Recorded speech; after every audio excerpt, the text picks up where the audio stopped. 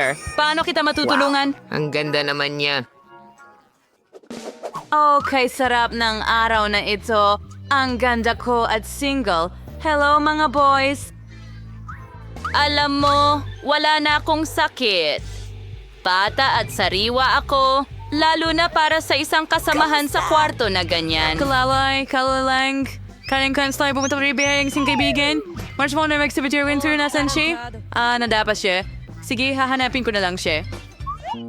Kamusta Dan? Kung tumawag sponsor na ipakita ko sa iyo ang isang bagay. Ano sa tingin mo? Oo, eto ang paborito mong mga hamster at lobo. Sana magustuhan mo sila. Makakatulong ito sa iyo na gumaling agad. Ano? Naku naman. Natigil ako sa pinakakawili-wiling bagay. Magpapatuloy akong kumanta sa telepono. Ang gandang araw nito sa trabaho. Tigilan mo na ang hayop.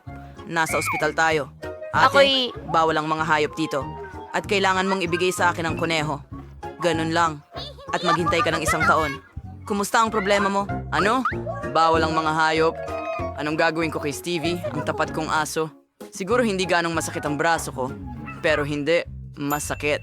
Sige, mag-iisip tayo ng paraan ngayon. Oh, ang ideya.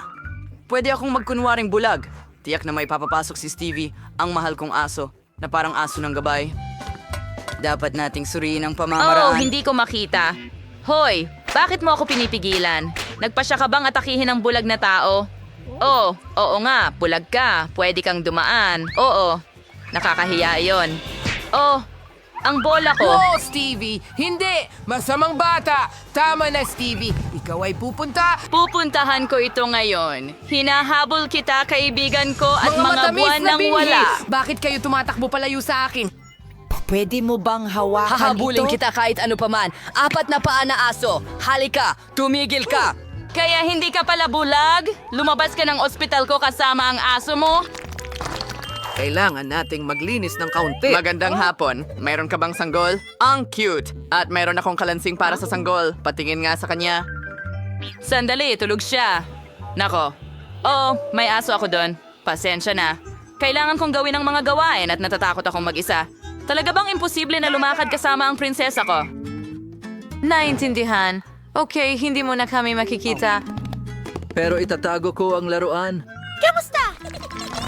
Saan ka ipinadala? Sandali lang. Isang ginipig ba yan? Tigil. Ibalik mo dito dahil hindi mo pwedeng magdala ng hayop sa amin. Sorry. Pero hindi ako ang gumagawa ng mga patakaran. Babalik ito sa iyo kapag nasuri ka ng doktor. Paano hindi ito papayagan kasama ang mga hayop? Kailangan kong mag-isip ng paraan agad. Hindi ko kayang umalis nang wala ang aking mga cute na ipis. At kadalasan, sobrang nakagat na ang taong ito. Binigyan niya ako ng ideya. Pwede kong itali ang bendas sa ulo ko at maglagay ng garapon ng mga ipis dito. Talagang papayagan ako ng nurse na dumaan dahil may malaking bukol ako. Nako, ang sakit. Sakit. Magandang hapon. Ano ang ikinababahala mo? Wow, sa cartoons ko lang nakita ang napakalaking bukol na ganun. Pasensya na. Pasok ka. Paano mo nagawa yon? Ang sakit ng ulo ko. Hi, Lola. Sa tingin mo bomba ito? At naniwala ka? Ang galing talaga, hindi ba? Mga alaga ko sila, ipis. Ang cute nila, kaya hindi ko sila mawalay. Tinutulungan nila akong magpagaling. Lola, saan ka pupunta? Huwag kang umalis. Wala silang masamang ginagawa. Hello, nurse. Pumunta ako dito para sa isang benda at kasama ang aking kaibigan. Talaga bang hindi pwedeng magdala ng mga alaga? Anong bangungot? Kung alam ko lang, hindi na sana ako pumunta sa ospital ninyo. Ito ay nakakagali. Ano? Hindi pwedeng isama ang mga hayop. Pero paano naman ang mga isda ko? Kailangan natin mag-isip ng paraan. Tama.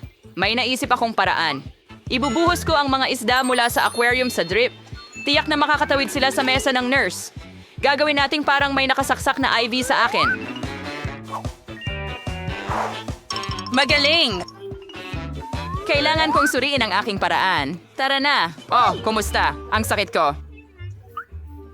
Maaari nga. Nakakatakot. Dapat pumunta ka na sa ward. Hi, Lolo. Ako ang bago mong kasama sa kwarto at nagawa kong maipuslit ang isda ko. Kaya ililipat kita sa mas pamilyar na Nako, lugar. ang ubo na ito ay talagang istorbo sa akin. Kailangan kong uminom ng tubig. Hoy, anong nangyari sa tubig na ito? Nako, iinumin ko ba talaga ito? Nako, nakakatakot. Iyo ba ito? Hindi ka pwedeng magdala ng mga hayop dito. Nakakadire. Oh, Diyos ko, ano ito? Paano mo ito nadala sa ospital? Siguradong may kulang ka sa klinika na yon, sa ibang kalye. At ito'y para sa mga tao. Kailangan kong mag-isip ng paraan. Hindi ko maiwasang dalhin ang aking pulang Mia. Oh, ang ideya. Matalino ka, hindi ba? Sige, pumunta tayo sa bentilasyon papunta sa aking silid, gaya ng isang tunay na espiya. Hi. Wala akong mga hayop, sa totoo lang. Paano ang takip? Ano ang ginagawa mo? Paano ang bag mo? Keso? Anong ibig mong sabihin, keso? May butas, parang ang weird na kinakain mo ito. Okay, walang mga hayop na pwedeng madaanan mo. Kamusta? Ako ang bago mong kasama sa bahay. Medyo hinaan mo lang. Kailangan kong makipagkita sa isang kaibigan. Mia, may keso dito para sa'yo. Pumunta ka sa keso. Ang talino mo, nakalakad ka mag-isa at nakatakbo ka pa sa kwarto ko. Galing. Okay, Ang mga kamay na ito ay matatapos na ang shift, sir. Hindi pwede ang mga hayop sa amin, pero... hamster. Sumusuko tayo o iiwan ng ospital? Ano, hindi mo magawa gamit ang mga hayop? Anong bangungot? Kailangan kong makaisip ng paraan. Kailangan sumama sa akin si Lizzie. Oh, sa tingin ko dapat akong tulungan ng lokal na chef. O mas tamang sabihin, ang kariton niya na may mga kaldero ay siguradong makatutulong.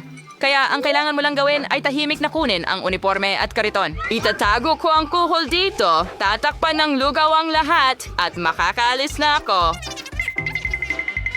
Oh, ikaw na naman. Ano ang pagkain natin ngayon? Ano yon? Lugaw. Anong kasuklam-suklam? Kakain ako ng matatamis na pasensya. Nagtrabaho ako. Bakit hindi tayo kumain ng lugaw? Ihahain kita ng masarap na... Mga pamatamis na makakatulong sa mabilis mong paggaling. Ang pinakamabisang gamot at narito si Lizzie ko, sobrang miss na kita. Ang init naman. Saan ka pupunta, Pagong? Walang mga pagong sa ospital. Iyan ay bago. Well, ang pagong mo ay maghihintay sa'yo rito. Sige. Ano? Walang mga hayop na pinapayagan, pero hindi makakasurvive si Pascal ng 1 minuto na wala ako, hindi kami mapaghiwalay. Kailangan nating mag-isip ng paraan. Oo, tama. Pwede ko siyang itago sa ilalim ng mga accessories. Pascal, umupo ka lang sa ulo ko ng kalmado. Sige, boy. Tatakpan ka namin ng sombrero at itali ang scarf sa'yo, ganyan lang. Mabuti. Ngayon, maaari kong subukan na dalhin siya. Magpanggap tayo na mayroon akong tinatawag na ang temperatura ay 39 at siyam. Oh, hello, Mr. Nurse. Kailangan ko ng tulong ng doktor sa kagyat na pangangailangan. Sige, pumasok ka na. Talagang walang iba kang kasama, kahit na maraming iba't ibang tao ang sumubok na pumasok ng palihim ngayon. Laging huminto. May chameleon ka ba sa ulo mo? Umalis ka. O, bakit nila dinadala ang lahat ng ito sa aking shift? Magdadala ka rin ba ng elepante? Saan tayo napunta? Mukhang isang hamon ito. Tignan natin kung ano ang nasa ilalim ng aking hood. Wow, isang dinamita. Nakakatakot.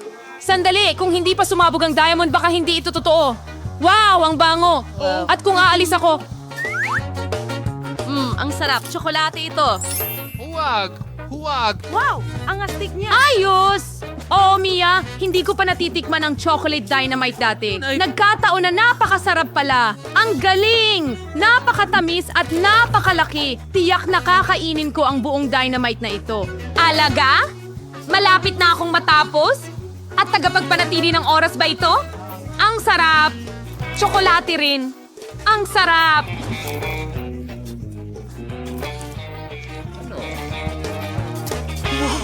Ano yun? Totoong dinamita ito. Anong ginawa ko, Ellie? Kailangan natin ng tulong.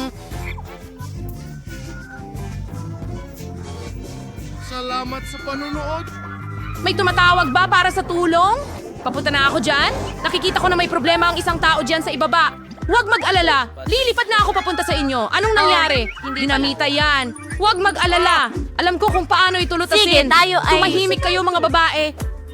Ano ang gagawin ko dito? Ay, hindi ito gumagana. Naku, tara na. Aray! Sandali. Naku, ako'y... Kung i-click ko yan, ay kumapit. Pasensya na, hindi ko talaga alam ang gagawin. Alam. Ano? Kailangan nating gumawa agad ng isang bagay. Ha? Siguro matutulungan ako ni Puppet? Okay, at ano naman tungkol sa dock? Oh, nakakatawa naman. Sige, meron akong lagari.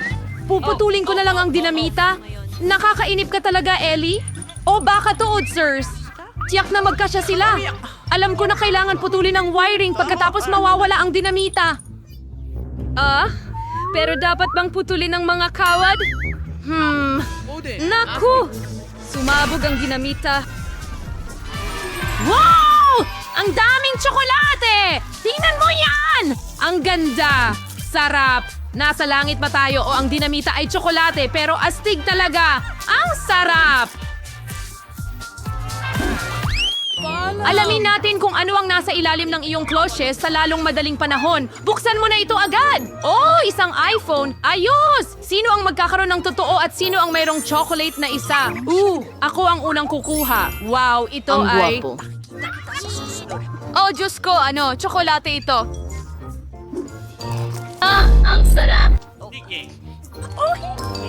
Gusto ko ito! Wow! Kung ang iPhone ni Mia ay gawa sa tsokolate, siguradong may totoong isa ako. Ang galing! Ginagamit ko ngayon! Ang ganda-ganda niya! Magpipicture ako nito! Tara! Gusto kong mag-selfie. Sige, okay. Ngayon, takutin natin si Ellie para mabitawan niya ang kanyang telepono sa takot. Ano sa palagay mo doon? Natakot ka ba? Wow! Yun ang pumutok! Nakakatawa yon. Tara na, Ellie. Kalokohan lang yon. Nasira ang telepono ko. Hindi bumagsak ito. Mia, bakit ko kailangan ng sirang iPhone? May naisip ako. Mia, pwede ba nating ipagpalit ang iPhones natin? Super! Okay, pero nag-crash ang iPhone mo. Ibalik mo ang tsokolate kong iPhone. Halos naubos mo na? Hindi pwede. Matakaw ka. Ito ang tsokolate kong iPhone. Ang liit na nito. May chocolate na charger dito. Tignan natin kung gumagana ito. Sige! Wow, ang astig. Lumaki ang aking telepono. Astig! Ngayon pwede ko na itong kainin ulit at mas masarap ito sa ganitong paraan. Sarap. Gusto ko rin subukan. May charger din ako. Ikabit na natin ngayon.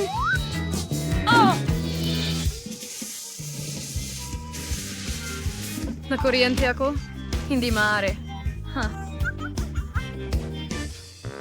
Super! Bagong takip, bagong gamit. Wow! Merong mga Kinder na itlog na tsokolate. Astig! Lumalabas na pareho silang may tsokolate. Subukan natin. Mas gusto kong tikman ang lahat.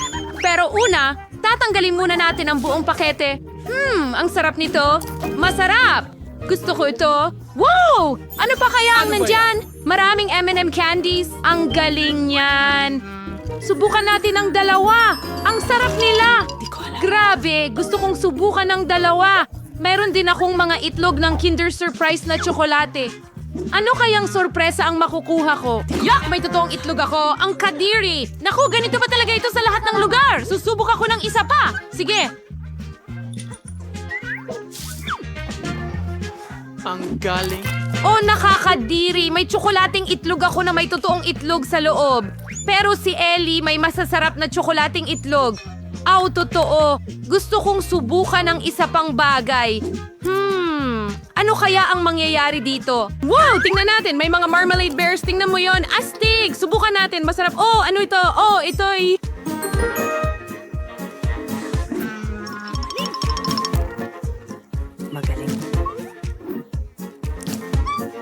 Mas marami pang teaser. Astig. Kakainin ko lahat. Oh, Ellie, maaari ko bang tikman ang isa sa iyong mga itlog? Hindi. Ay, naku! Nakakatakot naman ang kaibigan ko. Pero ayos lang. Bibigyan ko siya ng totoong itlog. Tingnan natin paano niya ito kainin na may kasiyahan. Nakakatawa ito. Gusto ko nang makita ang mukha niya kapag nalaman niyang totoong itlog ito. Hindi ko alam. Kadiri! Nakakasuka. Hindi ko gusto ito. Mia, hindi mo ba ako bibigyan ng totoong itlog? Ibalik mo ito. Heto. Ano ang ginawa mo, Ellie? Nababalutan na ako ng itlog ngayon? Kay Kadiri. Sinira mo lahat ng aking Gumising ka! Ubus mo lahat ng itlog na ito kahit papaano. Gusto ko. Kaya, nagkaroon ako ng cool na ideya. Makakapagluto ako ng itlog sa kawali. Magiging masarap ito. Kain na Initin tayo. natin ang kawali sa kalan. At ngayon, magprito tayo ng mga itlog dito. Dako, siguradong magiging masarap yan. Naku! Tingnan mo ang scrambled na itlog na ito. Wow! Ang sarap naman nila. Kung pwede lang ay titikman ko sana. Pwede ba? Talaga? Naku! Ang sakim mo naman. Ellie, tingnan mo ang gagawin kong trick. Magtatapon ako ng itlog at sasaluhin ko. Kaya mo ba? Ano? Ay! Hindi! Aray! Ngayon ang mga scrambled eggs ay babagsak sa paa ko. Ay! Pakiusap, Mayor. Ano bang gabi ito? Pinagtatawanan mo rin ba ako? Kakilakilabot! Ngayon, kailangan nating magpasya kung Yun sino ang sa inyo una. ang magbubukas ng orasan. Okay, mahusay, si Mia ang nanalo. Isang Coca-Cola ito. Ano naman ang kay Ellie? Tiyak na may totoong bote siya ng Coca-Cola. Pero si Mia ay may tsokolating bote. Subukan natin ito. Ayaw magbukas ng bote ko. Bon! Wow! May chocolate bottle din ako? Ang astig. Paano naman sa'yo? Malalaman natin. Okay, siguradong may tunay akong Coca-Cola. Tanggalin ang takip at pwede ko na itong tikman. Wow, ang sarap. Gusto ko to. Ang sarap ng lasa. Okay, ano kaya ang laman sa akin? May chocolate syrup ako sa loob. Ang galing. Sobrang sarap. Gustong-gusto ko to. Wow, tingnan mo ang mukha mo. Well, may bigote na ako ngayon. Napakasarap! Gustong-gusto ko ito. Inumin natin lahat at kainin natin lahat. Ang sarap at tamis. Pati ang balot ay tsokolate. Anong balita?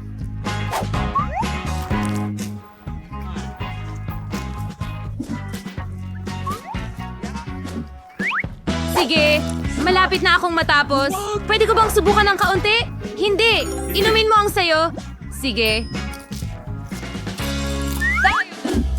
Ang sarap. Hintay, may naisip akong mahusay na ideya. Sana matagal ko nang na-prank si Mia, pero ngayon, tingnan mo Mel, sa gilid. Alam ko kung paano gawin ito. Okay. Mia, gusto mo bang makita? Tignan mo. Hey! Nabasa ako ng Coca-Cola ngayon? Ano ang ginawa mo? Hindi ito nakakatawa, Ellie, kahit konti. Sinira niya lahat. Anong klaseng kaibigan meron ako? Pwede ko rin siyang gantiin. May Mentos ako dito. Ilalagay ko ang ilan sa kanyang coat habang hindi siya nakatingin. Ellie, ano ang nasa loob ng jacket mo? Itatapon ko ito ng mabilis habang hindi siya nakatingin. Pero, Mia, wala akong makita. Hindi dapat ganito. Siya lang ang nagtangkang lokohin ka. Aray! Pasensya na. Nakakatawa talaga. Magaling ka.